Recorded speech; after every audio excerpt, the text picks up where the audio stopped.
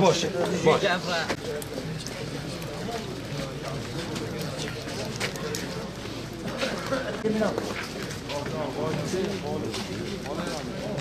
والله الشيخ واتيكم مديد مرفكي عالم بو اهل مدرسه بو مدرسوي بو yani تشتينا باش على قناه sadece işi علمي bu işi dünyayı bu ahireti bu dünya şartları ne bu fakat biraz ilmikiyat yakirin emni Xuda azze ve celle hakkı şغل عرضي نهيلي خدای تعالی رحمت خو لبکه و داخل جنت بکه ام بین جنتیه و مرفکی شهید بود سر مال خو نو لسر قرآن خو سر کتاب خو هاتیه کشتن تشکی تاریخنده شک خو کسی سنه کیه چی نبیه جبو bir zamanı kadar vardı mı da şey nebiye.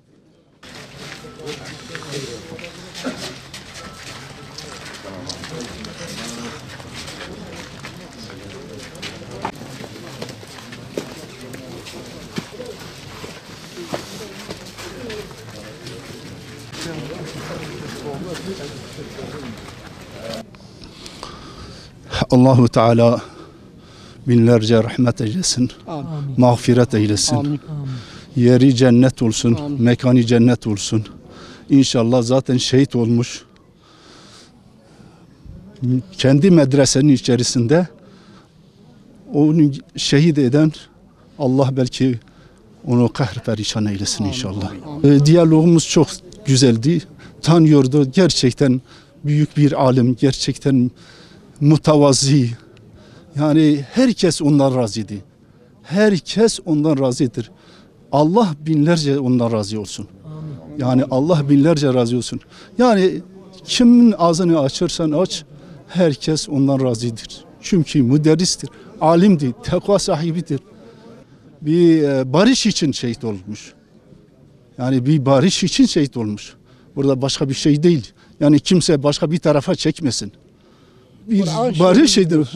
Kur'an'ın şehididir. Şerih. Onun için hepimizin başı sağ olsun. Yıllardan, çocukluğumdan beri biliyorum, tanıyorum. Onun müritleriyiz. Onları yakınlarıyız. Hemen hemen diyebilirim. Belki 50 yaşındaydı kendisi. Ben 30 seneden tanıyordum. Medresenin büyüğüydü. Burada Şeyh Nasır, Şeyh Masum, Şeyh Takkiyetlilerin içinde büyük bir zattı. Herkes Şeyh Nurettin'e sonra gözü ondandı.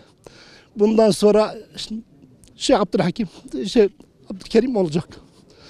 Buraya gelen onu ziyaret etmeden gitmezdi. Çünkü ondan daha başka biri alim böyle bir onun seviyesinde bir Şeyh Nurettin vardı. Ondan sonra buydu. Biz onun büyük olarak görüyorduk. Büyüğümüzü aldılar. Şeriatta kurşun sıktılar. İslamiyet'e kurşun sıktılar. Rabbil Alemin onun belasını versin.